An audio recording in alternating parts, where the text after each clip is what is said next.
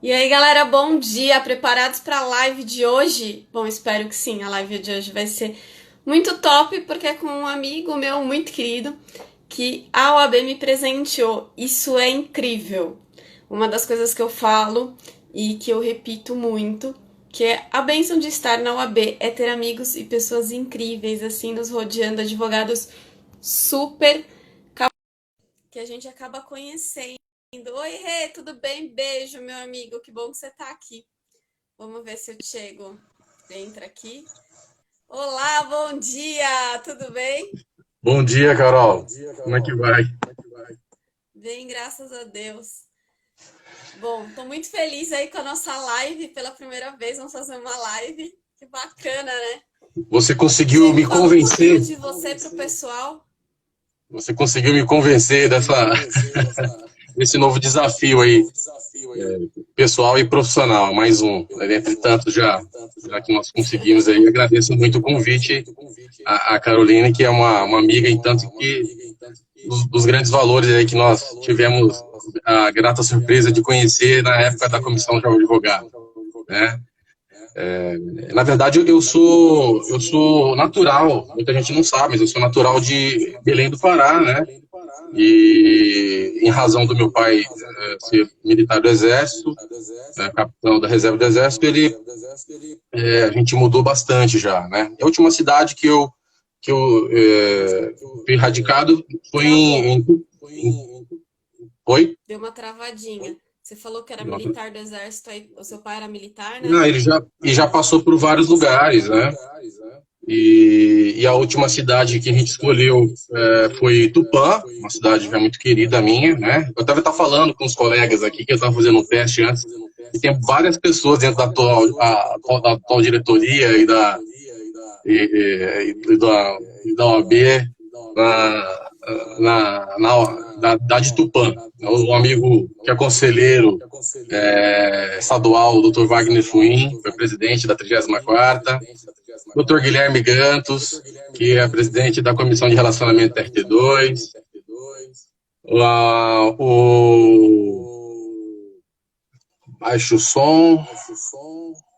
Se tiver, vocês estão me ouvindo bem? Se não tiver, eu posso colocar o fone.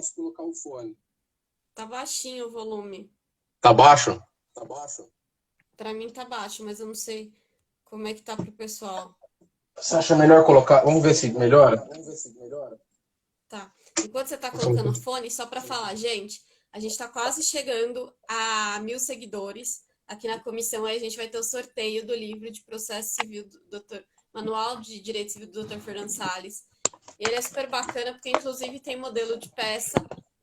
Então, assim que a gente chegar nos 1.000 seguidores, espero que a gente chegue hoje pra gente fazer o sorteio aí pro pessoal. Tá Ah, o me doutor ouvindo melhor Antônio agora? entrou aqui, ó, que bacana. Um beijo, doutor Antônio. Tá me ouvindo melhor agora, Carol? Tô. Tá? Então, Pessoal, ok. se tiverem ouvindo melhor, sobe o coraçãozinho aqui no canto, ó. Chuva de coração aí pra gente.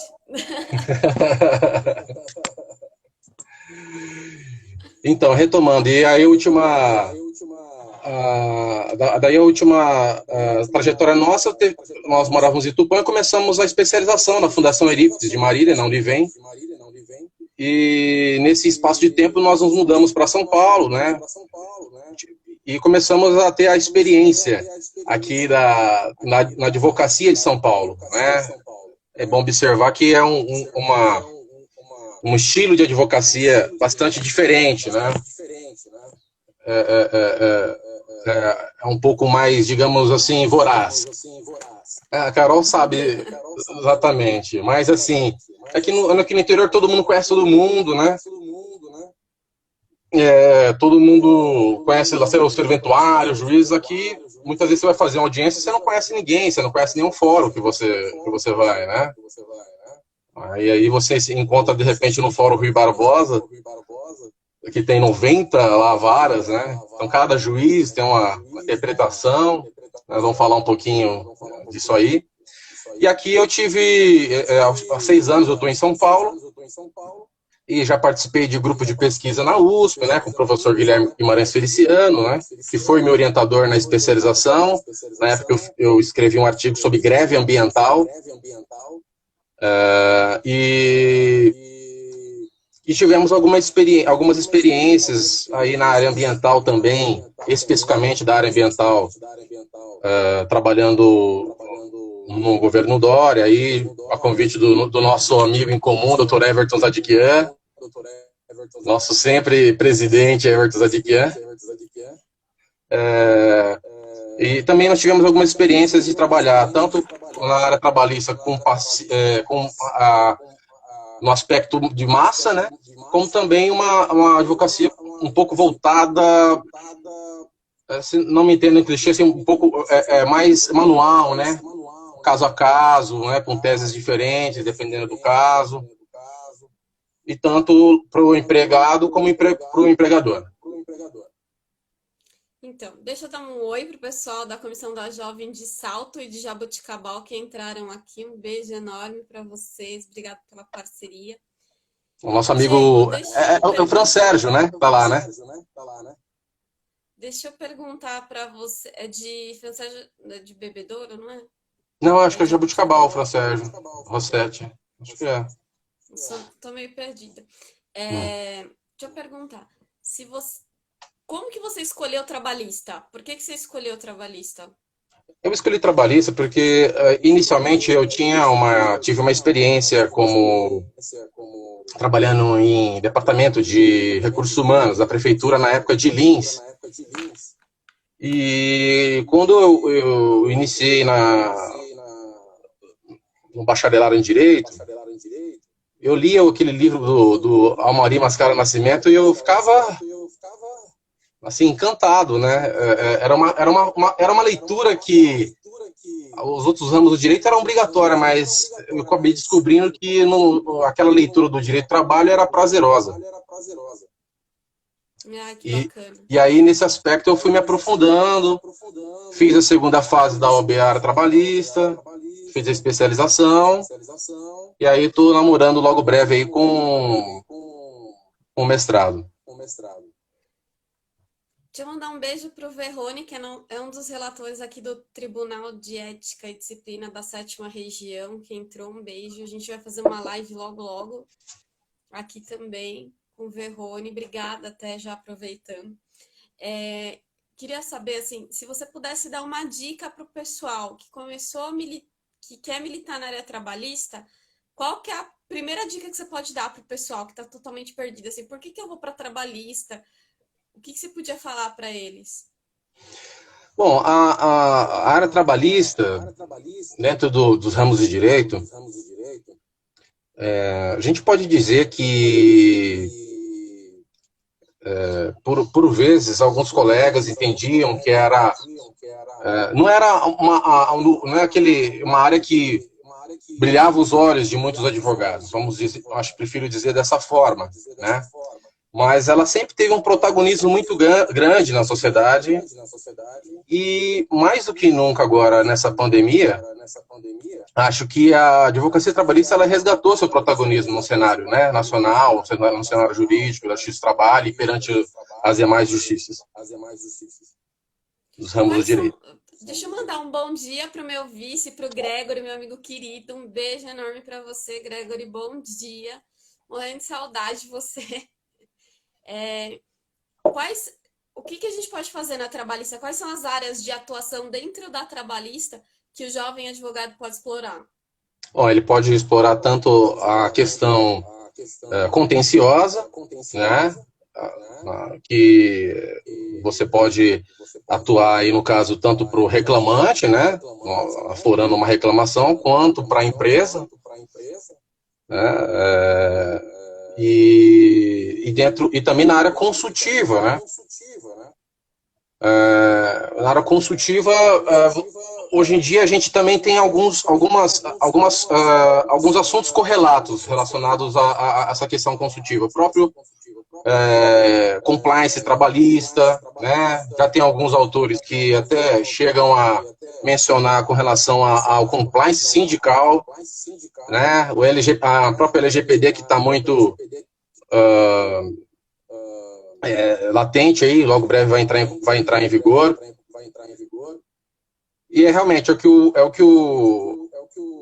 o Zavanella está falando aí, né? Um ramo do direito que é o principal porque ele lida com os direitos sociais, né? Que está na Carta Magna lá, estatuído. Então, e a gente percebe o grande impacto que tem o direito de trabalho, somente nessa pandemia, né? Com esse resgate do protagonismo ante tantas MPs para estabelecer e para manutenção aí dos contratos de trabalho, né? Até o Zavanella chegou a escrever um livro, né, sobre MP 936, 927, entre outros, com alguns colegas, fazendo uma orientação. Eu recomendo ao jovem advogado que o leia, acho que é muito importante. E eu acho que, sobretudo, é uma área que além da questão do direito, tem uma questão que impacta muito na questão do dia a dia do cidadão, né? O professor chegou a mencionar que dentro do Estado pode-se ter vários tipos de, digamos, searas da administração pública que não funcionam. Mas a justiça do trabalho funciona. Por exemplo, o setor de saúde agora, nós estamos vendo a grande demanda que há, mas há vários, nos rincões que tem no Brasil, várias situações em que o atendimento público não funciona. Às vezes o cidadão não tem o seu direito preservado. E acho que na justiça do trabalho ele tem uma atenção, sim. O professor Fabiano está comentando aqui que tem pela editora Foco os amigos Gilberto Maestro e Priscila Simonato. O Gilberto Maestro, ele fez live ontem com a gente, está salvo aqui, que a gente falou de contratos de locação. Foi muito bacana. Beijo legal. pro Peron, olha quem entrou. O Peron. Eu falei que essa live está de peso aí. Só grandes nomes aí. A gente agradece o carinho. Diego, você tem algumas dicas para dar? Porque assim, na trabalhista é um dos poucos ramos do direito e que efetivamente a gente tem muita audiência, né? Que o advogado, ele acaba... Eu tive uma palestra, uma aula do veneziano, na verdade, que para mim é um dos melhores professores que eu tive na área trabalhista, para mim, assim, foi ele. Ele me marcou demais. E ele comenta muito. Quem faz trabalhista faz qualquer outra área do direito, porque você tem que sambar muito na audiência, você tem que ter uma linha de raciocínio muito rápida, você precisa ser muito ativo, tanto para fazer uma defesa ou para fazer um recurso, você precisa ser muito técnico. Fazer uma defesa, você precisa saber burlar algumas lacunas aí, enfim. E na audiência você tem que somebody love, né? Dar aquele somebody love. O que você pode dar de dica de audiência? Eu inicialmente, Carolina, até como nós vemos já defendendo, se eu pudesse dar uma dica no início da carreira do jovem, a gente tem um grande problema no início da carreira com relação ao nosso orçamento, né? Eu recomendaria fortemente aí que o jovem advogado fizesse esses cursos práticos que a ESA tem oferecido agora nessa gestão de forma gratuita. Porque há algumas peculiaridades da audiência de instrução que elas fogem um pouco de outros procedimentos da área civil, entre outras áreas, e que não possam pegar o jovem advogado de surpresa. A propósito, a própria questão relacionada aos protestos, da importância de protestos na ata de audiência com relação a algum pedido, alguma pergunta que fora feita e indeferida na área, porque o advogado tem que se manifestar na primeira oportunidade que tiver. Né? Isso é um protesto muito importante. Agora, se você for, por exemplo, para o Paraná, aí vão dizer que não existe o protesto, né? Então tem essa controvérsia nesse sentido. Acho que é importante conhecer as súmulas do TST, porque muitas vezes o juiz conduz a audiência de instrução com base nas súmulas, né, nos entendidos simulados do TST. Se você for atuar pelo reclamante, um erro que a gente verifica como básico é que, por vezes, quem atua para o reclamante, ele deixa de ouvir o preposto da empresa, ou os prepostos, porque ele acha que vai fazer prova contra ele. Não vai, gente. A prova, no caso, a oportunidade que ele tinha para manifestar sua defesa é nos documentos, né, na contestação e nos documentos escritos. Então, tudo que ele falar no depoimento dele a respeito da lide, muito provavelmente ou vai ser uma contradição que vai esboroar a tese da defesa, ou mesmo confissão real, que a gente conhece aí há muito tempo como rainha das provas, né? Então, é importantíssimo Então, você utilizar a oitiva do preposto nas audiências de instrução e, pelo contrário, também quem atua para a empresa. Importantíssimo ouvir o depoimento do reclamante sobre tudo o quanto está sendo pleiteado naquela inicial. Agora, veja bem, é evidente que se for uma matéria de direito, por vezes, não é o caso. deixa Eminentemente, eu né? mandar um abraço para o pessoal da Comissão de Direito Internacional da OAB de Bauru, que entrou aqui na live, e da Comissão de Direito Empresarial da OAB de Santana. Isso é uma coisa importante que você falou de direito, de matéria de direito. O jovem advogado não sabe numa audiência o que é matéria de direito e o que é matéria de fato. Você pode explicar um pouquinho sobre isso? A matéria de fato, geralmente você vai encontrar, por exemplo, uma questão básica de horas extras, né? O reclamante veio lá mencionando que ele fazia muito mais horas do que ele tinha a repercussão do seu direito. E aí esse fato pode restar controvertido na instrução, porque a empresa muito provavelmente vai alegar que o empregado batia regularmente o cartão de ponto e que todas as horas essas, ainda que ele tivesse feito, foram pagas. Essa é uma questão controversa, né? Uma questão por vezes que a bonificação, às vezes já vem no próprio olerite, né? Você vai falar, excelência, é controverso que ele recebia, por exemplo, a bonificação, adicional de insalubridade ou periculosidade, caso não, e se tivesse sendo pleiteado a questão da perícia. E muito provavelmente a gente vê muito também essas questões de direito, além de para ter um pouco mais de familiaridade, quando você vê aforado aí algumas questões relacionadas, por exemplo, a descumprimento de cláusula convencional, né, onde tem lá um litígio do sindicato, né, descumprimento de acordo coletivo, tal. Olha, ali é descumprimento. A empresa tem que provar por A mais B, né, que efetivamente cumprir aquele regramento que foi estatuído no acordo, na convenção, e não cumpriu, né? Então, assim, a matéria de direito tem que alguns requisitos que a própria lei pressupõe, né, e que são controversos. Por exemplo, não dá para discutir um adicional noturno. Está na legislação, está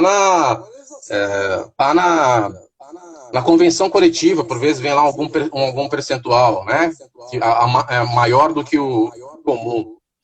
Né, a horazinha etine, que agora tem uma discussão, né, são matérias que... Agora, se o empregado tem direito a essas verbas, vai depender de algumas cumprimento de requisitos necessários. Não sei se foi claro, Carol. Uhum. Mais ou menos assim, pessoal. Matéria de fato é a que você precisa provar através de testemunha, através de depoimento que ela pode ser contraditada ou não, e matéria de direito é aquela que você pode provar, tipo, documentalmente, por exemplo, numa contestação, assim. Não pagou o 13º. Você não precisa de testemunha para falar se ele pagou ou não o 13º. Você pega você mostra através de um recibo, de alguma coisa mais ou menos nesse sentido. Tipo, verbas rescisórias é matéria de direito. Então, se alguém chegar lá na audiência perguntar, teve até um episódio engraçado. Eu era estagiária e eu assistia muitas audiências das minhas chefes, né? Uhum. Que era a doutora Daniela Zempepe e a doutora Simone Graziani. E elas me levavam muito para assistir a audiência. E aí elas saíram do escritório, entrou um advogado lá, e aí ele nunca tinha feito audiência, nunca tinha feito nada, não sabia nada. Então, tipo, eu Uhum. acabava advogando, entendeu? Mesmo sendo estagiária. E aí a gente foi numa audiência, porque ele não sabia nem onde sentar e tal. E aí foi muito engraçado, porque aí eu tava muito brava já com ele, porque ele me desmerecia muito, assim, apesar de eu dar todas as dicas para ele de tudo, ele me desmerecia muito. E aí o juiz pergunta assim: e as testemunhas, elas vêm independente? Não, e as testemunhas são independentes? Aí ele olhou para mim, aí eu falei assim: elas são da torcida do São Paulo, sim, que eu tava assistindo a audiência atrás dele. Eu tava muito brava. E a juíza caiu na gargalhada. Essa é uma das coisas assim. Ai, meu presidente entrou, doutor João Paulo. Bom dia, Bom dia, presidente. doutor. Um beijo enorme. Testemunho independente, quando alguém Essa perguntar, é é boa. independente de intimação, tá? Pra mim, essa é uma dica boa. Essa O que eu você nunca tinha acha das ouvido, eu nunca tinha audiências ouvido, legal. telepresenciais, Diego? Fala pra gente. Na verdade, na verdade, e muita coisa, né? Só complementando o que você falou, muita coisa você vai pleitear ou querer fazer prova em audiência, o juiz, doutor, matéria de direito, né? Não tem que discutir, doutor. Aí, quando você. Né? Discutir o quê? Matéria de direito? Vamos a próxima, né? A questão das audiências telepresenciais há uma grande discussão, porque inicialmente nós tivemos um ato do Tribunal Regional do Trabalho da Segunda Região, que instituiu, acho que, se eu não me engano, salvo me engano, no artigo 17, com relação imputando a responsabilidade com relação à conexão ao advogado. Posteriormente, houve um avanço nisso aí e houve uma retificação, acho que foi positiva por parte do tribunal. O TRT-15 agora está implementando a audiência de instrução por teleconferência. Isso tem gerado uma grande preocupação do jurisdicionado, e notadamente nos advogados da seara trabalhista, porque nós que militamos na área sabemos que a audiência de instrução é o ponto máximo da prova do seu caso. Se você não fizer uma audiência de instrução com qualidade, o direito do seu cliente certamente vai ter vai ser prejudicado. Pode se gerar nulidades. Então, presencialmente, há uma série de questões que, por vezes, há cerceamento do direito ao contraditório para a defesa. Há, por vezes, infelizmente, violações de prerrogativas do advogado. Isso nós temos várias. Aí temos o nosso colega, o Fernando Malheiros, que é o presidente da comissão de prerrogativas da área trabalhista, especificamente, né, designado. Então, agora, dia 20, a OAB São Paulo, né, junto com a sua comissão de relacionamento, o TRT-15, presidida pelo nosso querido Paulo Bernardi, né, que é presidente da Associação de Matão, né, o doutor Sandro Lopes, que é o vice, o doutor Marco Aldurós, que é secretário, conduziram de forma brilhante um evento sobre um evento crítico com relação a essas audiências de instrução por teleconferência. Chegou-se a mencionar que se preferia que fizesse no final do ano, após essa pandemia, ou mesmo ano que vem, para fazer essas audiências de instrução, em razão do grande temor de uma série de nulidades e fragilidades da prova produzida e tal. A gente está imputando ao advogado que ele leve as partes e as testemunhas para o seu escritório, né? Eu sou contra a audiência de instrução. Sim, eu também. Né? Então, porque, o que foi pleiteado é que fosse jogado um pouco mais para frente essas audiências de instruções, né? Ninguém vê. Você fala do ponto, né? Ixi, travou aqui para mim. Oi, voltou. Milton, você está falando de a possibilidade de ponto, né? Então, você põe um fone e já era. Então, e aí, por vezes, nós temos alguns depoimentos, você sabe, que aí algumas perguntas sobre o direcionamento, e pergunta lá, de repente, mas doutor, para o preposto, para o reclamante, para testemunha, de onde você tirou isso? Ah, foi o advogado que falou. Então, assim, muito cuidado, né? Porque, na verdade, também eu acredito que nossos também acredito no que o escritório é a extensão da nossa casa também, né? Então, muito cuidado com essas Diego, questões aí. dá uma dica para atendimento ao cliente do trabalhista, o É. reclamante, né? A pessoa, o empregado.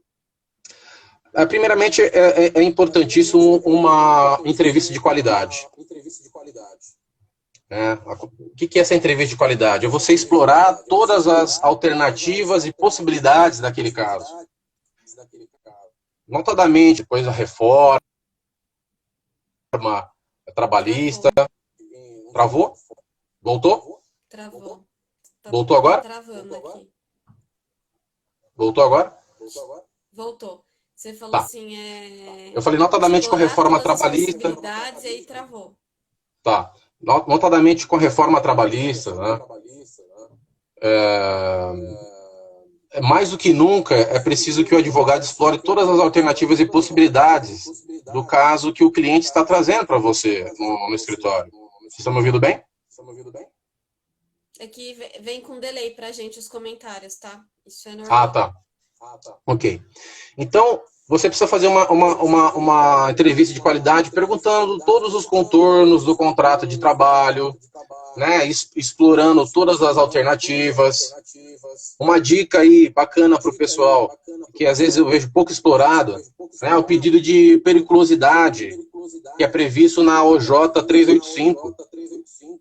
Muitos prédios comerciais antigos, não só da cidade de São Paulo, como no estado e no Brasil, tem, nas suas cidades, tem armazenamento de líquido inflamável nos tanques gerador, né? Isso é pouco explorado, né? Você vai fazer um pedido atualmente na X Trabalho, e eu vejo que a turma não fala da aplicação da correção por IPCAE. Então, você precisa extrair o máximo possível de informações do seu cliente para poder aventar dentro da inicial todas as possibilidades de direito que ele poderia fazer jus, né, faz jus e que deveriam ter sido pagos durante o contrato de trabalho e que, por meio da reclamação trabalhista, ele pode vir a ser reconhecido esses direitos na Justiça do Trabalho. Eu sempre peço para os clientes, eu sempre faço uma fichinha, né? Até posso disponibilizar depois se o pessoal quiser aqui, uma ficha básica, assim, para eu ter um roteiro para conversar com os clientes, mas principalmente, eu não sei se você também concorda, a assinatura dessa ficha pelo cliente, dessa ficha de entrevista, porque muitas vezes o que ele fala na reunião não é o que ele fala no dia da audiência e dá uma dor de cabeça. Já passei Hoje por em isso na dia, audiência, dele falar coisa diversa, a juíza olhar para mim e eu ter que mostrar a ficha, ó, tá aqui, ó, ele assinou. a comunicação ela é muito dinâmica, não só pelo esse relatório, né, assinado, como também por e-mail ele pode encaminhar, que tem a validade também, um relatório relacionado ao caso dele, com algumas perguntas prévias que você possa fazer, né, através muitas vezes o advogado mantém também, estabelece uma linha de contato com o cliente hoje em dia por WhatsApp, que o cliente é mais rápido, principalmente agora em tempos de pandemia, né? Todos esses mecanismos têm validade, porque são meios de que, para confirmar que efetivamente o cliente, de repente, pretendia aquela verba e aquele contexto foi narrado da forma como está na inicial. Outros advogados, principalmente alguns casos onde envolve assédio moral, assédio sexual, pedem para que o cliente assine a inicial antes de distribuir. Ou fazem a assinatura, né, e distribui no sistema PJE já com a assinatura do cliente. A gente estava falando, teve uma live de processo, que a gente estava falando de petição inicial e contestação de processo civil. E a gente comentou muito isso, a questão do dano moral. Porque muitas vezes a gente traduz para a petição de um jeito bonitinho, uma coisa que a gente entende, às vezes, e aí, quando ele vai depor, fica completamente diferente do que ele falou. Eu normalmente oriento meus clientes, não sei qual que é o seu procedimento, até quero saber, porque normalmente o que eu faço com os meus clientes, ou eles trazem um relatório para mim, que eles escreveram um manual de todas as situações, eu falo, tem que escrever, se for palavrão que ele falou com você, palavrão, tudo, ou por e-mail, para além de eu guardar, para eu transcrever na parte do dano moral, enfim, ou do assédio, toda essa questão. Mandar um abraço para o Rafa, que acabou de entrar, que é presidente da Jovem, aqui de Presidente Prudente. Não, eu não distribuo, nesses casos, ação sem autorização prévia do cliente por e-mail. Ele tem que autorizar, ratificar, se ele concorda com todos os termos inicial, inclusive com a questão relacionada ao dano moral, assédio sexual, e se ele pode, e se nós podemos proceder com a distribuição da ação. Isso é uma segurança que eu acho que o advogado tem que ter. Deixa eu fazer uma pergunta. Você já passou pelaquela saia justa de, tipo,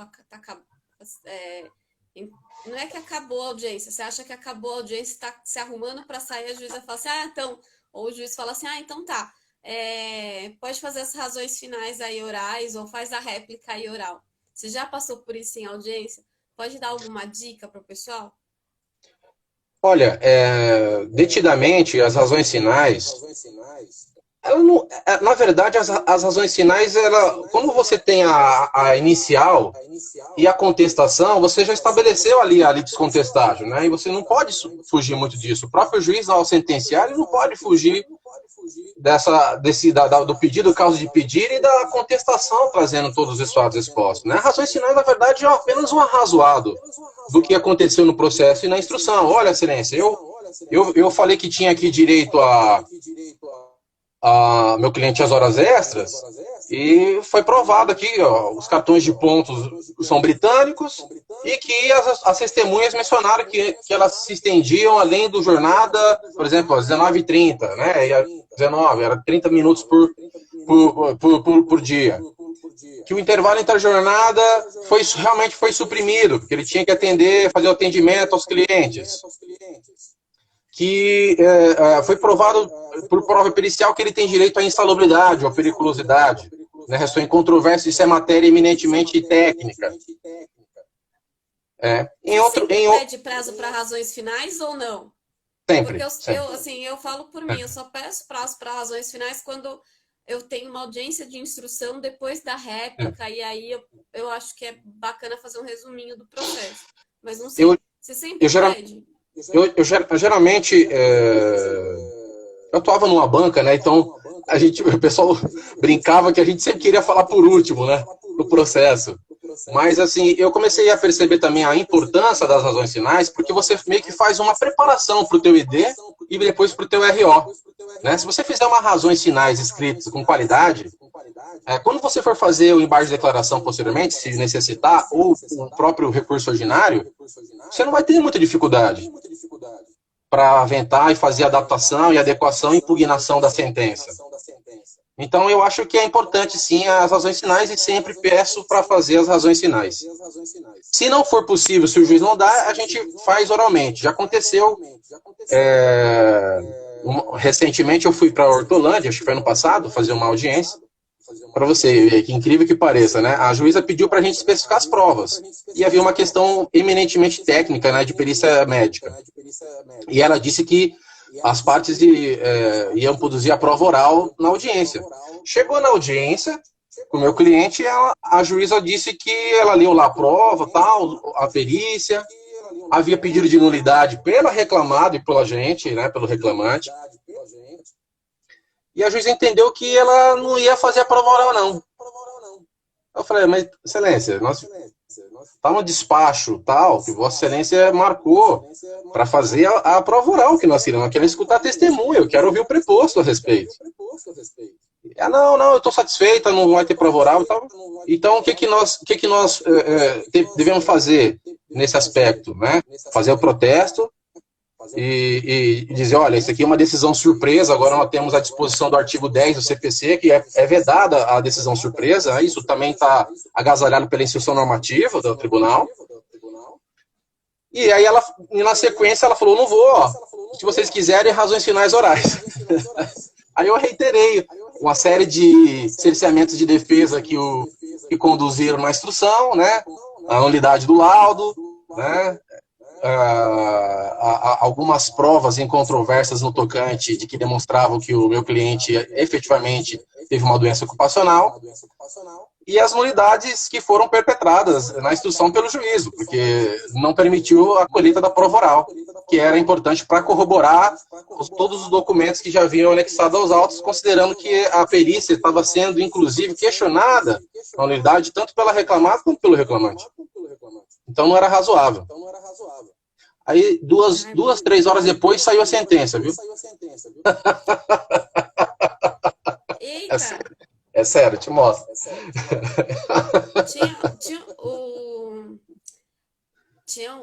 Não vou falar, peraí. Tinha uma pessoa, não um juiz, no caso, que fazia a sentença. Gente, era um inferno as audiências.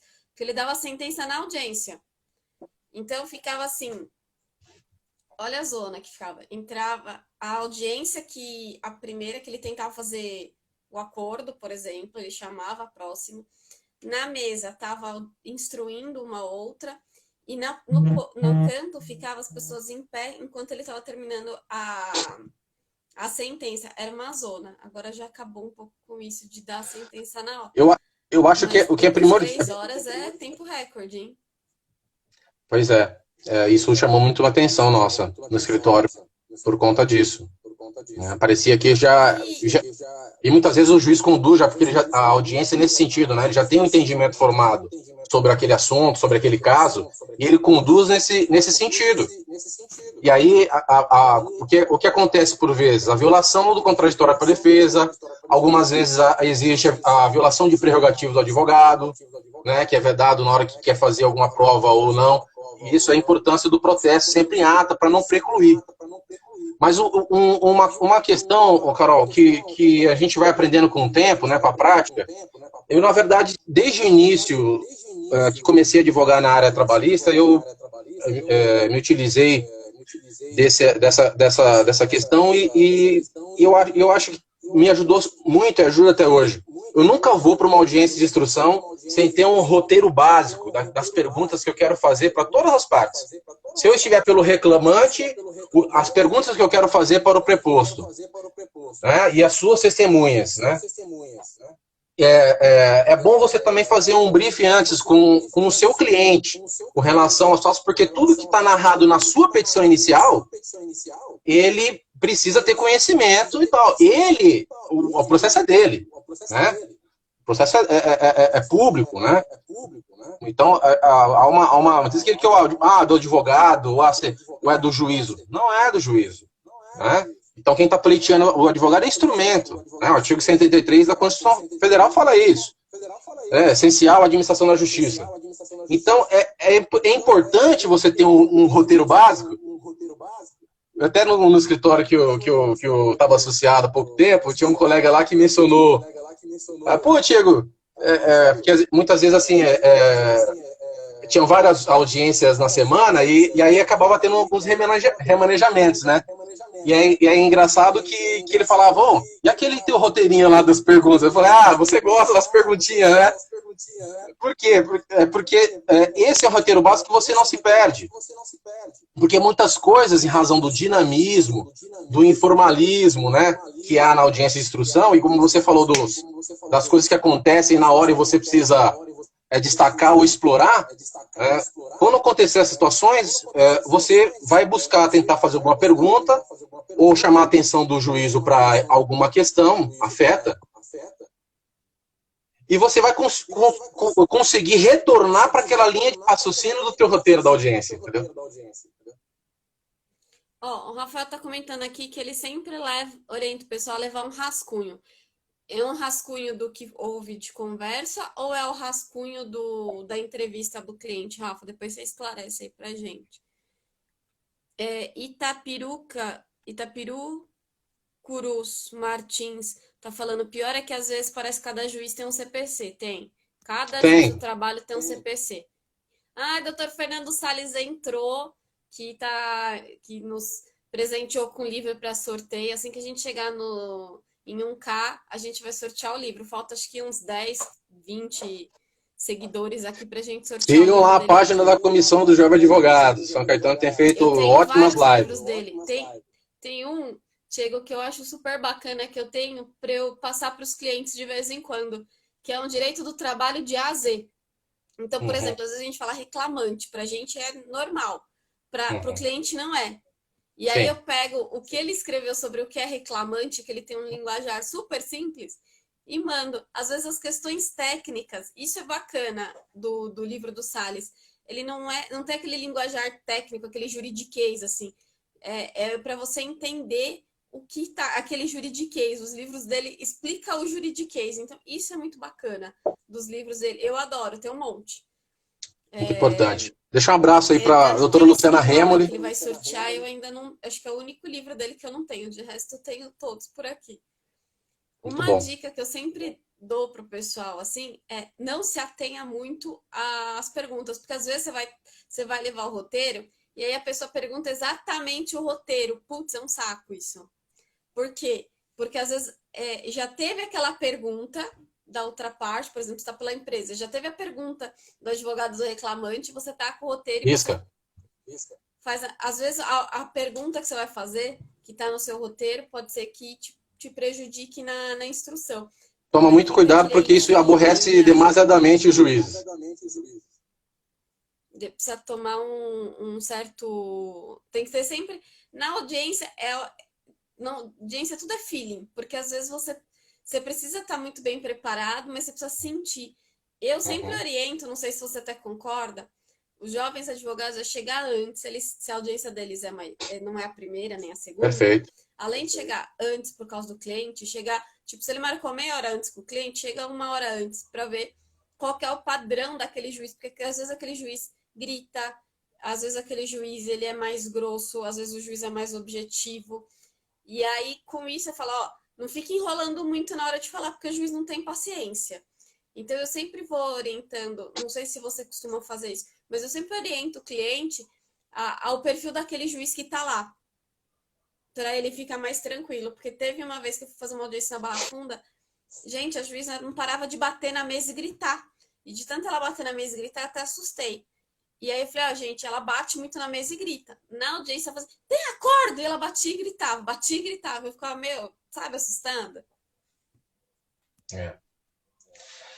Na verdade, os juízes geralmente têm esse comportamento, né? A gente tem que fazer uma análise também. A gente tem muito do aspecto psicológico do processo. Isso a gente só vai aprendendo com o tempo, né?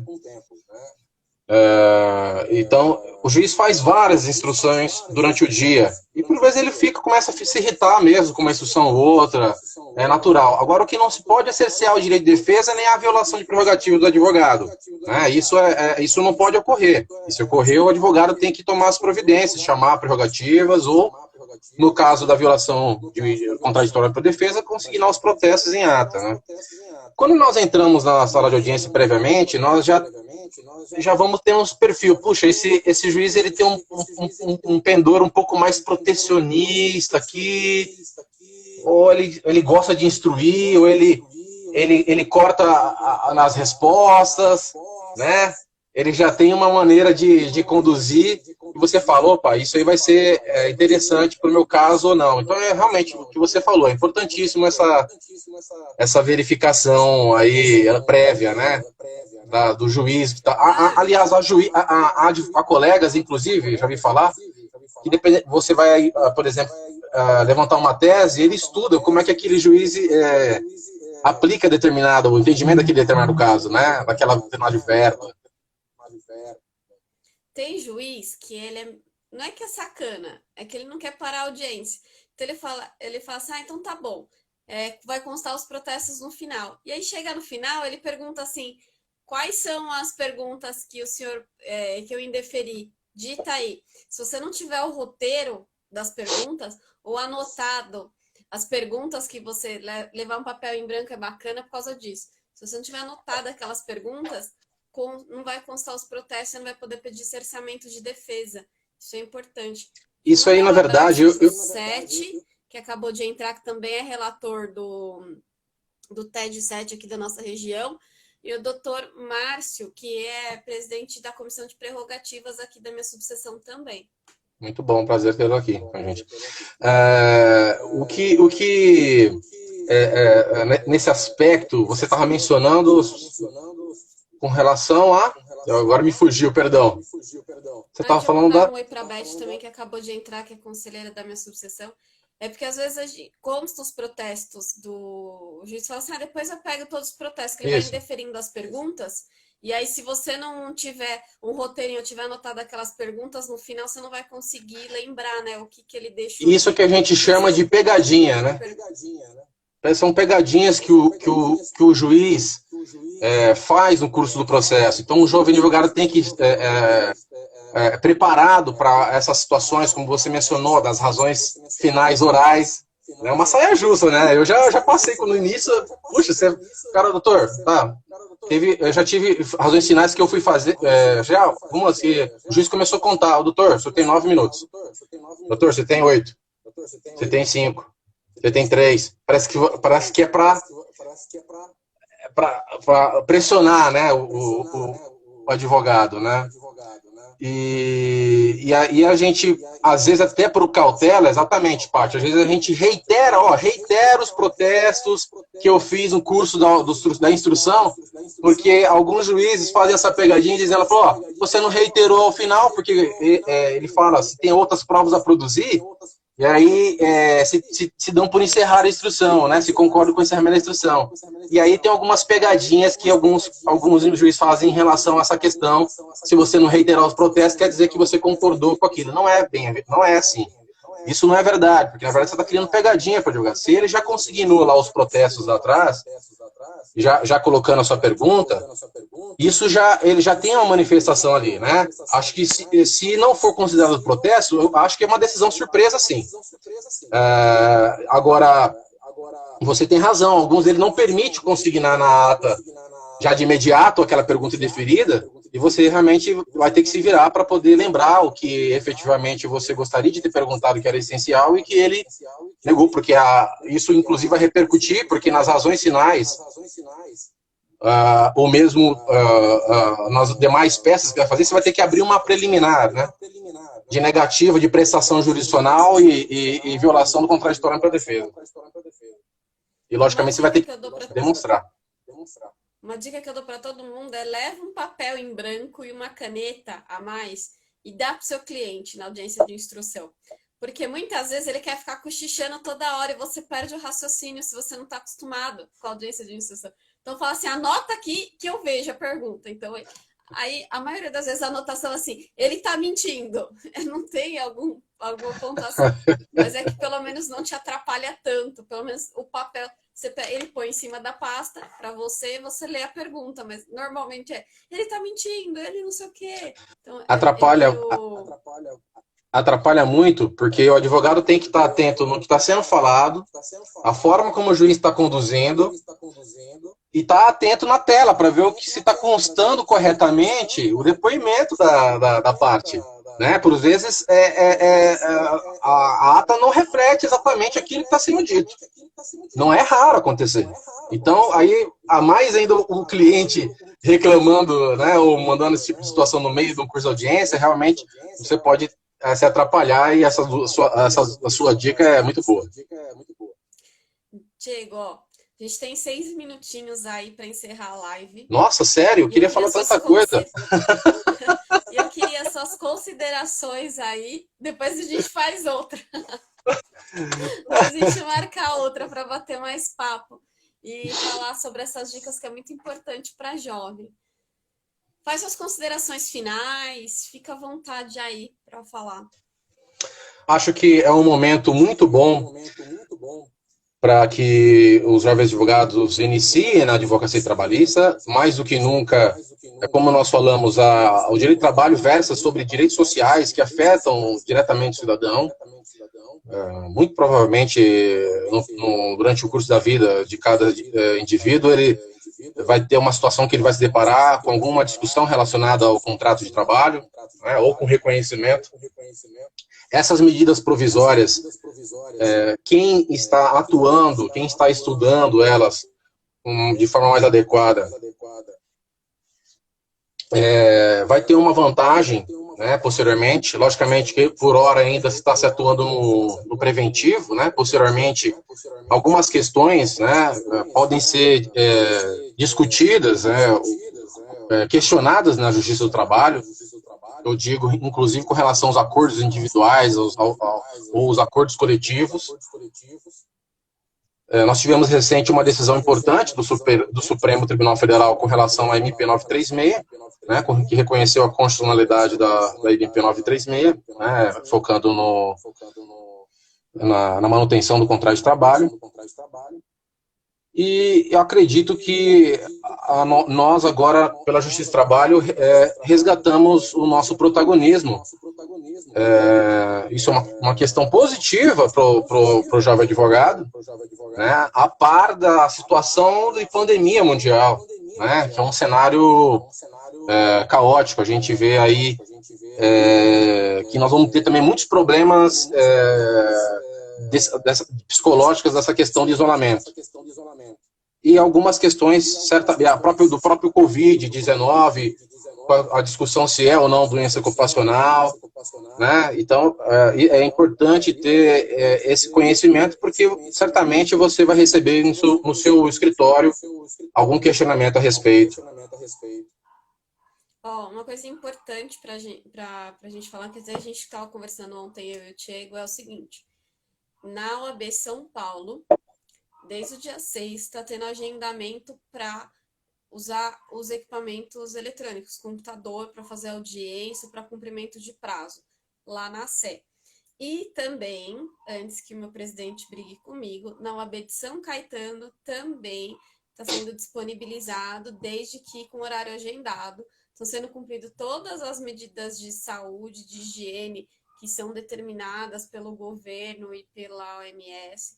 Então, isso é bacana para aquele jovem advogado que ou não está com uma internet legal em casa, ou não tem um bom equipamento para fazer audiência, ou para peticionar, ou não sabe fazer audiência. O pessoal vai estar lá para ajudar vocês, tá bom? Então, assim, fiquem tranquilos que a OAB está fazendo um trabalho incrível, essa gestão, tanto na seccional quanto nas subseções, tem feito o possível para ajudar. Não só o jovem, como os jovens há mais tempo, né? Como a gente aprendeu com os Adquian, aqueles são jovens. A Beth, que está aqui na live, é a nossa PhD em ser jovem. Nunca vi uma pessoa tão jovem, revigorante igual ela. Não vamos esquecer que a jovem advocacia não é o futuro, é o presente. Exatamente.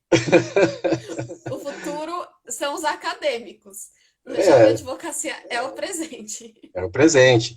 Eu queria deixar só aqui registrado um abraço para os amigos, o Dr. Gustavo Pivetta, que é lá de Iracema, a Patrícia Couto, que é secretária da Comissão de Direito Sindical do Trabalho, também é uma forte atuante, a doutora Irma, a doutora Luciana Hemmer, que é a nossa conselheira de Ribeirão Preto e é também vice-presidente da Comissão de Direito do Trabalho da OAB São Paulo. São amigos gratos, a gente fica muito contente com o prestígio dos amigos. E se eu pudesse dar uma única dica ainda relacionada às audiências, não esqueçam, com relação às imposições, principalmente no TRT 15, se o juiz insistir com relação a essa questão das audiências de instrução por videoconferência nesse momento, não esqueça de protestar, tá? Até nós tivemos a notícia recente que o Conselho Federal da OAB e o MPT acessaram ao CNJ fazendo a reclamação com relação a essa imposição do TRT 15, tá bom? Isso é uma questão importante para você preservar os direitos do seu cliente. Gente, outra coisa importante, dei um pulinho na sala da OAB, que normalmente eles dão telefone de prerrogativas, porque normalmente nas audiências trabalhistas são os lugares que a gente mais sofre em relação às prerrogativas. Então, não se cale, pega o telefone, vai para a audiência já com o telefone da prerrogativas, que é bem mais tranquilo. Lá em Guarulhos, em Guarulhos é difícil advogar. Tem até uma plaquinha, assim, com 50 mil telefones de prerrogativas, e os advogados fazendo plantão lá, porque é bem difícil advogar lá em Guarulhos. Mandar um beijo pro Peron mais uma vez aqui. Grande Peron, nosso amigo. Tricolor. Bom, tá acabando aqui, já tá nos minutinhos, nos segundinhos finais. Então, um beijo. Obrigada mesmo por esse bate-papo, Diego. Obrigada por ter aceito o convite. Fiquei Eu que agradeço. Feliz. Ainda mais que você é um dos presentes que a OAB me proporcionou, né? Vocês família é muito bom. Através da OAB a gente consegue pessoas assim, as pérolas aí, a gente acha. Eu agradeço o convite da comissão, por meio aí da presença do teu trabalho, que é excelente, do presidente aí, João Paulo, que a gente tem visto. Agradecer também a presença dos amigos aqui, o Gantos, a Ana Paula Kuzer de Dracena, entre outros, perdão se eu não estou citando todos aqui. E eu gostaria, se a gente pudesse trocar, eu devo fazer algumas lives aí com o Marco Galdarosa, o amigo, né? A Mariana Bega, o Zavanella, o Ricardo Guimarães, são amigos queridos. E a gente pode falar sobre a questão, posteriormente, da sustentação oral, né? Sobre a questão do recurso na Justiça do Trabalho, a própria procedimento de homologação de acordo extrajudicial, que é uma coisa muito bacana, hoje em dia, principalmente para o jovem advogado, que entender esse procedimento, né, da importância. A importância da questão de um ED bem feito, de despacho de memoriais, tem bastante coisa para a gente, do regime de precedentes que instituído, né, obrigatório. Acho que tem bastante coisa bacana para a gente falar aí de termos práticos. Vamos marcar sim. Também, ó, Dr. Gantz, se quiser fazer uma live para falar sobre audiência também, tá super convidado aqui, viu? Pois é. Formaliza o convite aí pro doutor participar. Um beijo para minha amiga Liana. Tá a próxima, é uma amiga minha que é top, ela é muito legal. Gente, um beijo enorme para vocês. Um excelente fim de semana. Fiquem todos com Deus. Mais uma vez, chego sem palavras para agradecer aí seu tempo e a disponibilidade em estar aqui com a gente hoje. Eu que agradeço e espero ter contribuído de alguma forma com os colegas. E a propósito, tchau, gente. Não deixa de participar dos grupos de WhatsApp, né? É verdade. Que é bacana, né, Carol? Depois, se quiser, manda o link que eu compartilho aqui no feed da comissão para o pessoal entrar. Assim, quem quiser participar ou quiser mandar no particular também no inbox, pode mandar. Essa live aqui para vocês estudarem, aprenderem bastante as dicas que a gente passou aqui para vocês, principalmente as do Diego. Vai ficar salvo no IGTV, compartilhe aí com os amigos, curtam.